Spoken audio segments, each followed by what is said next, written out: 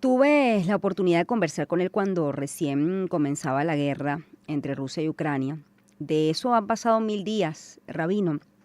Y hoy he querido conversar con usted a propósito de la noticia. Más de 1000 días, como les dije, han pasado desde que Ucrania comenzó a ser bombardeada por Rusia. Las tensiones escalaron este martes, luego de que Kiev realizara por primera vez ataques sobre territorio ruso utilizando misiles de largo alcance Recording in suministrados por progress. Estados Unidos.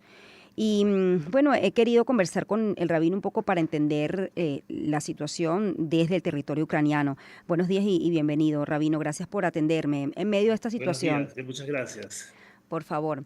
Bueno, de esa primera vez que hablamos, ¿no? Hace 1000 días, hasta ahora, ¿cómo ha transcurrido el conflicto y la vida de ustedes allí en Ucrania, en Yarkov específicamente?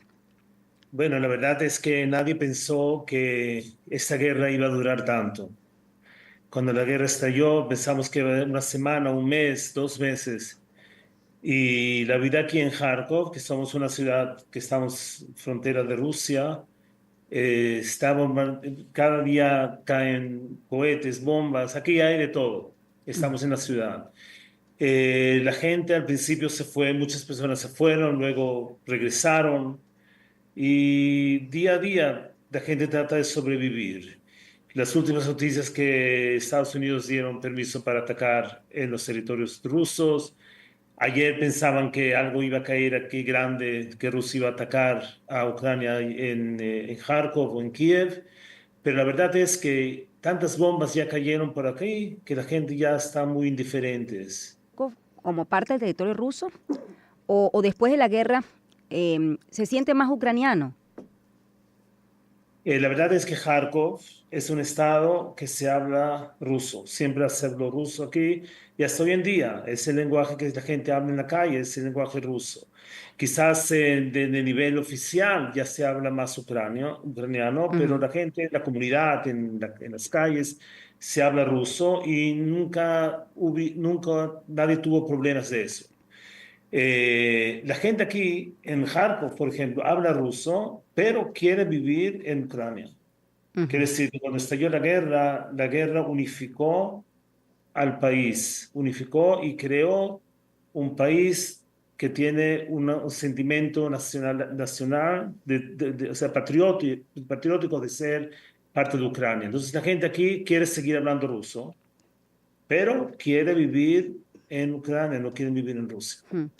Ahora, ¿cómo hace vida usted, bueno, en esta situación límite? Me dice, bueno, la gente se acostumbró, trata de hacer su vida normal. ¿Cómo se hace una vida normal en el contexto de una guerra?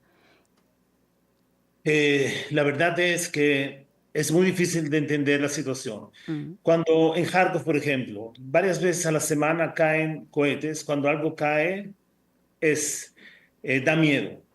O sea, da miedo, son cohetes muy grandes que caen aquí, pero cuando termina, o sea, cuando termina de caer el cohete, la gente ya se acostumbró a seguir la vida, a seguir viviendo.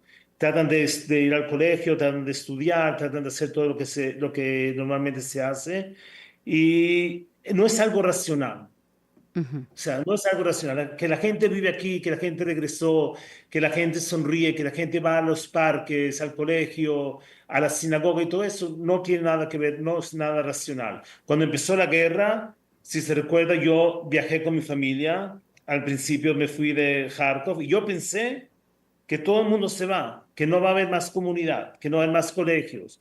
Cuando llegué a Israel al principio, me di cuenta que la gente todavía sigue, que la gente está en la comunidad, al final regresamos. Entonces, me es difícil explicar porque yo tampoco entiendo propiamente cómo nosotros vivimos aquí. Tengo en mi casa una niña pequeña todavía de 10 años, esa más pequeña de la familia. Mm. Ella vive con nosotros aquí en Kharkov y la verdad es que no es simple. A veces hay miedo, hay veces hay, pero ella como nosotros entendemos que hay una misión que tenemos que cumplir. Bueno, eso le iba a preguntar, por qué regresó? Entiendo que me lo ha dicho, bueno, no es algo racional, la pregunta es por qué sintió usted que en medio de esa circunstancia límite, que ahorita se ha recrudecido, vamos a hablar de lo que ha pasado en los últimos días, por qué usted decidió regresar. yo como rabino de la comunidad tengo una responsabilidad. Si alguien me pregunta a mí dónde hay que irse, aquí no se debe de estar, no es un lugar que se puede vivir aquí, pero como rabino de la comunidad, tengo una responsabilidad. Yo sé que cuando yo me voy de Kharkov, de la ciudad, no hay sinagoga, no hay ayuda para los pobres de la comunidad y no solamente de la comunidad. Entonces de repente uno siente que tienes que regresar. Tienes que regresar porque si no regresas se cierra la sinagoga, se cierra la comunidad. Entonces regresamos. La verdad es que cuando o sea, hay días que son días sin bombas y sin cohetes, esos son días muy especiales. Cuando ves aquí a las personas que tratan de vivir, y los ayudas y los invitas, eso es algo muy increíble. Ahora, el recrudecimiento, ¿cómo lo han vivido estos últimos días? A ver, cuando hablo de recrudecimiento, quizás porque ahora, bueno, Ucrania se ha decidido defender de otra manera, ¿no? Quizás con una tecnología mayor. Ahora, usted me dice que esta situación ha estado presente en Yarkov estos 1000 días y ahora o es que ahora se ha recrudecido más. Yo diría un poco diferente. Yo diría que la situación aquí, 1000 días, son 1000 días de guerra. Solamente que en el mundo, o sea, fuera de Ucrania y de Ujú. Rusia, hay veces que hay más atención al problema que estamos viviendo y hay veces que hay menos. Los últimos días, ya que hubieron elecciones en Estados Unidos y todo el cambio, entonces empezaron otra vez a estar conscientes y a hablar del problema de la guerra que está aquí. Pero la verdad es que la guerra son 1000 días, que la guerra va de día a día.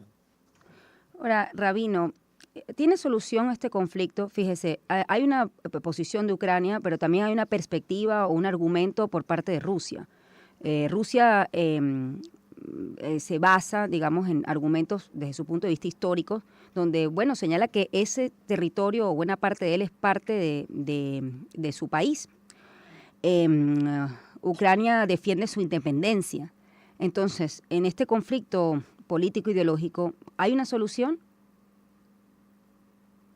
Primero que todo, no soy político, soy rabino, pero ya que vivo aquí, le puedo Sí. decir que el conflicto que estamos viviendo aquí en Ucrania no creo que es conflicto histórico. O Ujú. sea, la parte rusa dice que la gente que habla aquí, no dejan aquí hablar ruso y los persiguen a las personas que hablan ruso. Yo vivo en una ciudad que es rusa, que era de Rusia, o sea, de que hablan ruso y aquí todo el mundo vive bien, aquí todo el mundo vive tranquilo. Nadie nunca en Ucrania fue perseguido por hablar o por pensar o algo así, Ujú. o algo que se parece a eso. Yo creo que aquí el conflicto es muy simple que cuando Rusia va a terminar de atacar y respetar a Ucrania, la guerra va a terminar. Yo no creo que es un conflicto tan de histórico.